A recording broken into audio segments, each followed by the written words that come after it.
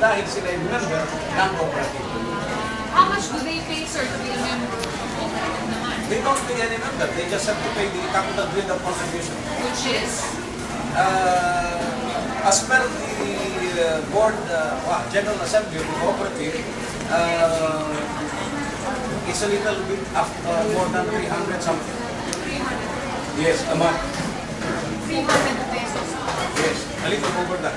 Or more or less along that line. With the promise, sir, that they will be paid for the money nila dati. With the promise that the benefits and the Republican 950 will be given them. Yun naman ang importante. What we are after now is to give benefits to the members. Remember, cap plan holders, permanent plan holders,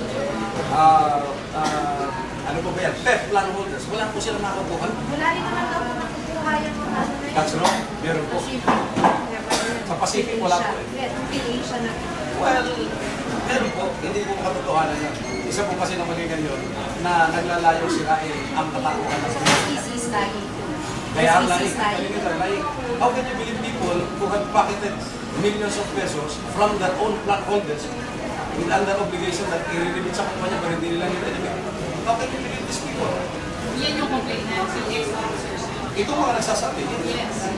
Pero SEC, where is this coming from? Na, sir, masyado kayong, yun nga, parang sinasabi na, huwag na lang tayo mag-SEC. Yes, because masyadong unfair ang SEC. Noong unang panahon, bago itong pagpapatakbo nilang ito, when you have 1 peso capital for pre-need, all you have to deposit as regulatory capital is 10 centavos. Pero ngayon, kailangan mong i-deposit o 80 centavos, leaving you only 20 centavos as operating capital. Bakit ginawa ng SEC yun? Para patayin ang SEC ba, sir? Yun yung nasa batas. Actually, alam mo, ang problema dyan kasi nasabi lang batas kaya kailangan dapat na batas. Bakit?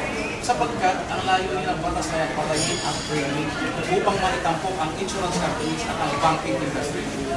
Paano po yung mga nag-claim na hindi naman makapag-claim?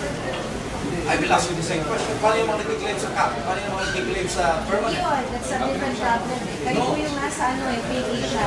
I'm telling you that. No. I'm You're telling you PA that. siya and you're out of cooperative. I'm telling you that. Kung sa iba, walang nakukuha. Pero sa amin, pero. And yun nga po, there's not na wala. Sino itong mga tao? Did they present any claim? Did you present any claim? They should. They know they cannot do that. Why? They know what are in their contracts. They know kung ano yung dapat gawin doon. So, Kaya nagsisinungaling ng mga tao. separate pa yung contract dito sa akin. Of course. Dalawang contract. Hindi, meron silang tao ng kontrata sa Pilipinas. But when they become a member, they will sign a membership form. Oo. So, ilang po itong mga servisyo natin sa cooperative ngayon? Minsan, We don't know yet. Nag-umpisa lang magkaroon ng biro. sa Biladyo, Yun ang tanong ko. Anong gagawin natin sa plan holders sa mga isinarabang kumpanya? Sila wala nang habol. Pero sa PhilAsia, nagsiservisyo pa hanggang ngayon. Is that what? Masama po ba yun? Sa bayan ng Pilipino? You answer that question. So, anyway, sir, siguro, the final question, are you ready to face them sa kote? May mga Dinimanda na po namin sila. Hindi, pero may mga plans din sila na mag-cash. Madagdagan pa yung cash. Nauna na po silang na-demanda. Kaya lang sila kumikilos ngayon dahil naunahan na sila ng demanda. Gusto nilang sila magpatakbo ng kooperatiba. Nung sila magpapatakbo ng kooperatiba, walang problema. Ngayong hindi sila napayagang magpatakbo ng kooperatiba, may problema. What a very good motive on that part. Pero yung SEC, meron 2,000 pa, sir, mga cases. That's right. But there is a Court of Appeals injunction stopping the SEC from stopping PhilAsia. That has been lifted, sir, as of September. That's right. Ngayon lang nalit. Ngayon lang nalit. September daw? No? It has not become final because nag-akyat sa PhilAsia sa Supreme Court. The Supreme Court resolved it only last month. So, anong status sa korte, sir? Anong status sa korte, basically? Nung kaso ng PhilAsia lang sa kanila. Between SEC and PhilAsia. Between SEC. Oo, di ba?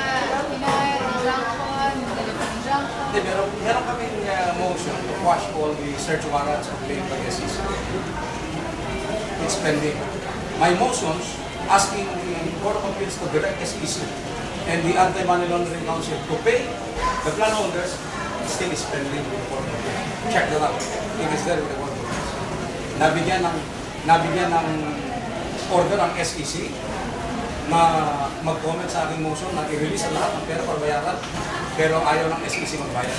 You ask them why. Sino po ang affluential pastor? Anong kanilang pagkatawan ng mga businesses? Are they involved in other businesses? I understand they are businessmen from Batangas and Cebu. Lalo na yung matandang may-ari, partner natin siya, stockholder sa St. Peter. St. Peter Life Plans. Yun po. So meron na rin silang background. Yeah, more or less. Meron na silang group of companies, influential group of companies na iba't ibang mga kumpanya na pinagsama-sama nila. Pero more or less along the same line. But they're questioning that, sir, wala daw sa SEC. Meron bang C group of companies sa SEC? Meron bang Ayala group of companies sa SEC? Meron bang Lopez group of companies sa SEC? Hindi ba merong ABS-CBN? Merong Meralco, merong Benpress, merong Manila North Tollway, pero meron bang rehistrado Lopez group of companies? I don't know. Sa GMA, meron bang GMA group of companies? Anyway, they're saying even before finally registered Apple Cooperative, implement na siya. Yes, because there is an order allowing such sale by the court of appeals. Pakilagay lang po yun.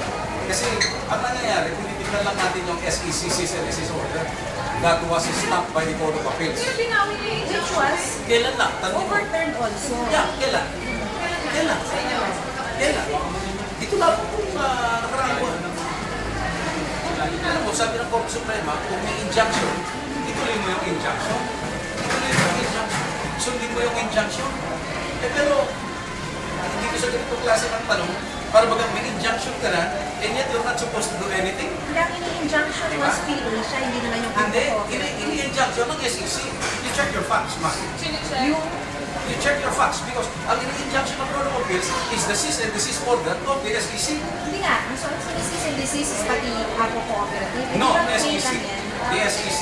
Kaya nga, so what I was saying was, sinasabi nga nila that yung Pinseni, kahit na hindi pa registered, ang Apple Cooperative. Ako is not selling anything. Apple daw, ang allegation That's a lie. is selling policies. That's a lie. It is not selling anything, man. So what was it selling? Bakit may mga resibo sila? Membership. Even in an ordinary cooperative, you become a member and you contribute to the build-up of the capital. That's under the law. Republic Act 9520. So what was the receipt for? What are the receipts for ng Apple? Mas mahirap yata kung walang resibo. Hindi na po. So, ano po yun? Ano To yung prove the payment of the contributions for a capital build-up under the law. Under the law. contribution for a capital build-up? That's right. Magkano po yung contribution for a capital build-up? Hindi pare-pareho sa bawat cooperative. At least dito sa Apo, ang pagkakaintindi ko yung 300 more or less a month. So may mga nagbibigay ng 7,000, ng 4,000, ng 2,000, That cannot be true. Anyone who told you that is a liar. Tell him or tell her, I told you, he or she So is pwede a po liar. yung hawak nilang resibo. I really don't know. Basta ang importante dyan, hindi po gano'n ang ginagayaran monthly sa Apo Capital Build-up.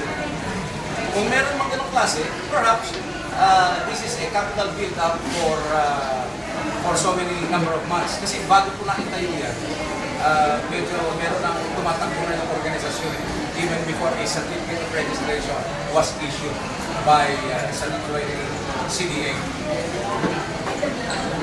Pero hindi ko kasi maintindihan eh. You're saying it's just capital build-up, Yes. pero the first time, binuha niya yung Apple Cooperative to help PhilAsia. That's correct. Yung mga claimants ng PhilAsia. So, Yeah. what is Apple Cooperative doing for the claimants of PhilAsia? There is a tie-up between PhilAsia and Apo Cooperative. If you will check the articles of incorporation of PhilAsia, it is allowed to make a tie-up so that it can continue servicing its plan holders. Ganun po yun. So, in its effort to find a solution to the plan holders' complaints, it is allowed by law to put up a cooperative or enter into an agreement with any cooperative para matulungan yung beneficial plans mga tao. And that is what it has done. So you're saying yung Apo Cooperative is helping the 3 months of the